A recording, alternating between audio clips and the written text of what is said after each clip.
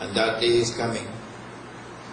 That day is coming for those who today are permanently rich and have become the slave masters of the world. This day is coming for them, when everything will be lying in ruins. Then he began to wring his hands in anguish, and then these words came out of his mouth: Ya laytani lam ushrik bi rabbi ahada. Woe unto me that I committed this act of shirk. Where is the shirk? He was worshipping his wealth, not Allah. He put his wealth first. I live for my wealth, not for Allah. I live for my job, not for Allah. I live for my green card, not for Allah. I live for this woman, not for Allah. I live for this car, not for Allah. It is shirk. If Allah is not supreme in your life, then someone else or something else will be supreme. And that someone else or something else other than Allah who is supreme in your life results in shirk. وهي خاوية على عروشها ويقول يا ليتني لم أشرك بربي أحدا ولم تكن له فئة ينصرونه من دون الله وما كان منتصرا. Nor could he find all the people who were there to open the car door for him, who were all there worshipping him when he was rich. Now he had nothing. None of them had it. They all abandoned him. So he could not find those who would help him against Allah. Nor was there any way that he could get out of this awful state in which he now was. هُنَالِكَ الْوَلَايَةُ لِلَّهِ. Surah Al-Kahf is proclaiming هُنَالِكَ الْوَلَايَةُ لِلَّهِ. Protective power is with only Allah. Only Allah can protect you. Al-Haq, the true one. هُوَ خَيْرٌ ثَوَابًا وَخَيْرٌ أَمَلًا. He is the best to reward, and He is the best to determine what is to be.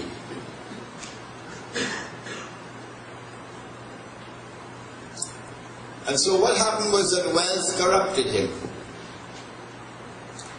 He figured that now he's rich, he's a somebody. And Nafala poor, he's a nobody. This is an age, I think we will recognize easily, which fits perfectly into the pattern drawn in Surah Al-Kahf. That the rich are very often, not always, very often corrupted by their wealth. The dunya corrupts them. And as a consequence, they lose their faith in Allah, they commit shirk. But the story has another beautiful part to it. And that is that the poverty of the poor man did not corrupt him. It sends a message of hope to the poor masses around the world who only have a piece of breadfruit or dal and roti. They can't afford to even buy a car, to buy gas for the car. Every month is struggling to make ends meet. When they see the partner driving a BMW, they do not allow their poverty to now corrupt them and say, nah, let me get a gun, and when it's 2 o'clock in the morning, I'm going into somebody's house and breaking in, and I'm going to take by force. No. They do not allow their poverty to corrupt them. They say, be careful with your wealth, Allah could take it away. And Allah can give to me better than what you have. And so they put their trust and their faith in Allah. And they're being patient in their poverty.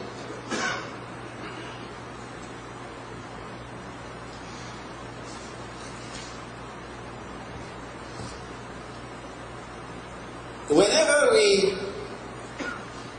take Allah out of our life, we commit shirk. This is materialism, where we do not recognize a reality beyond material reality. Now we come to the really serious part of the subject. The modern world has taken Allah out of the political system. Because we were born in it. We've lived all our life in it. And it has been embraced by all of mankind, illa ma sha Allah. We stop thinking about it critically. And so we are unable to recognize the shirk in the political system. Since there is no reality beyond material reality, it's only this dunya, nothing else beyond this. It means that there is no sovereignty located with Allah. Sovereignty is now down here in the state. Supreme authority is no longer recognized with Allah. Supreme authority is now located here in the state. The supreme law is no longer Allah's law. The supreme law is the law of the state. Allah can make something haram, like lending money on interest, banking. Allah could make it haram, but we could make it halal. We could legalize it. The modern state is a secular state.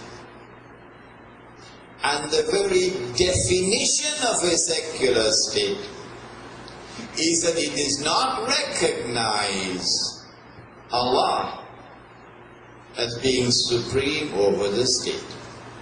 You could believe in Allah if you want. You could believe in an idol. You could believe in the Jumbi. That's not our business. You could believe in any God you want. That's not it doesn't affect the state. Once you accept that there is no God whose authority transcends the authority of the state. Once you don't believe that, you are part of our system.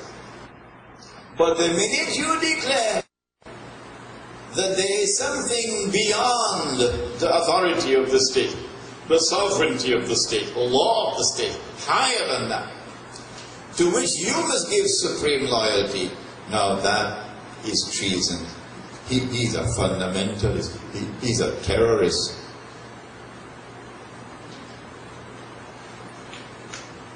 And so we accept the political implications of materialism.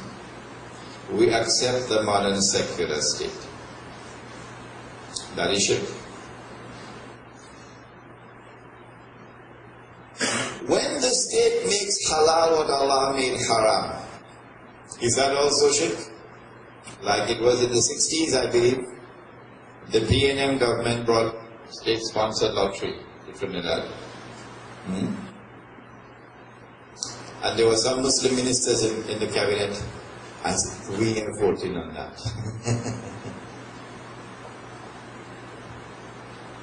So they made halal what Allah had made haram, lottery.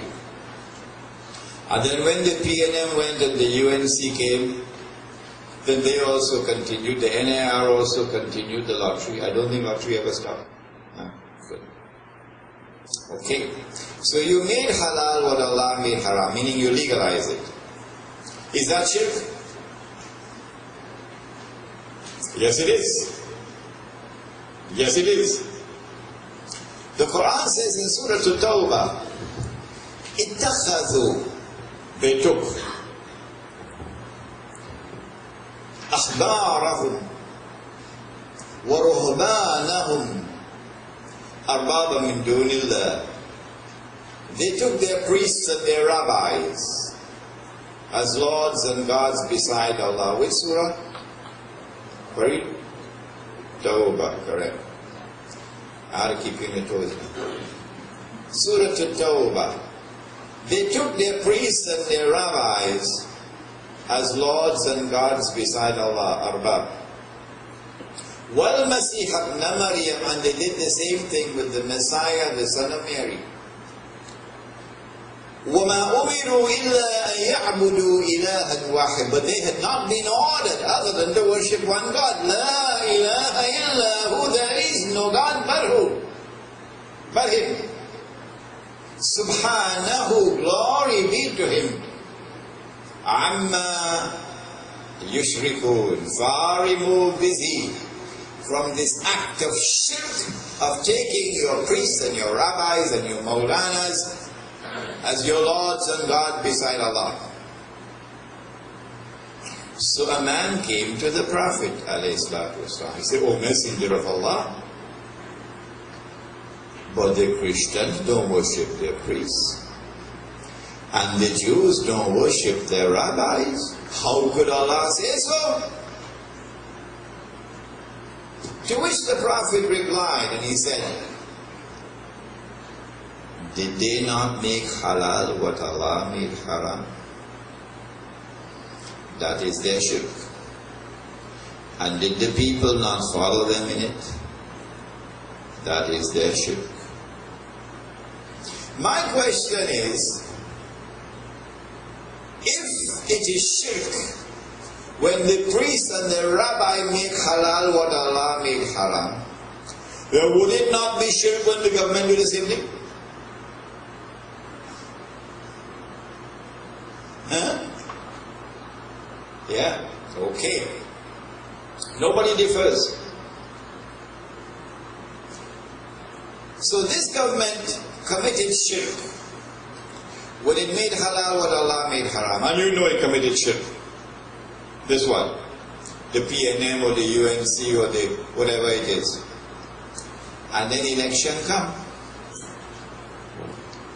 And you went and you dip your finger. You dip your finger. In other words, you are saying, this stain on my finger is the proof that I recognize these people as fit to rule over me. A people who have committed shirk.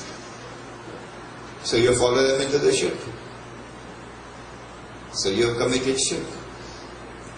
Huh? You think anybody will listen to me? I have been arguing this case in the United States, in Australia, in New Zealand, in South Africa, in Pakistan, in India, in Bangladesh, in Malaysia, in Singapore, all many places, so many places. Do you people listen to me? In Malaysia, the answer is, Sheikh Imran, if we go and vote the Chinese and then go win the election, you go take over? That is the answer again. If we don't go and vote, then go win the election and go take over. So we have to vote. We don't care about this business about shirk. The Prophet said, he said the time will come when people will no longer care for the distinction between halal and haram.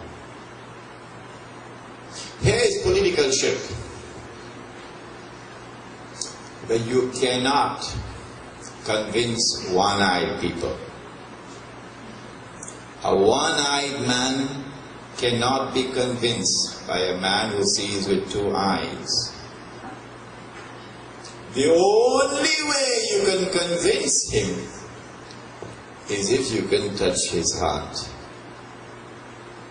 And this is why when they hit you, as they're hitting me now, When they hit you, and they hit you with a piece of wood, and they hit you with a stone, and they hit you with a piece of iron, you have to be able to take the blows. You have to be able to show patience. You still have to retain kindness in your heart, because you're dealing with a people who can't see. If by Allah's grace you're able to touch the heart, and then that heart turns to Allah, and then some nur enters into that heart, then that man can see and understand what otherwise he could not see and understand. This is political shirk.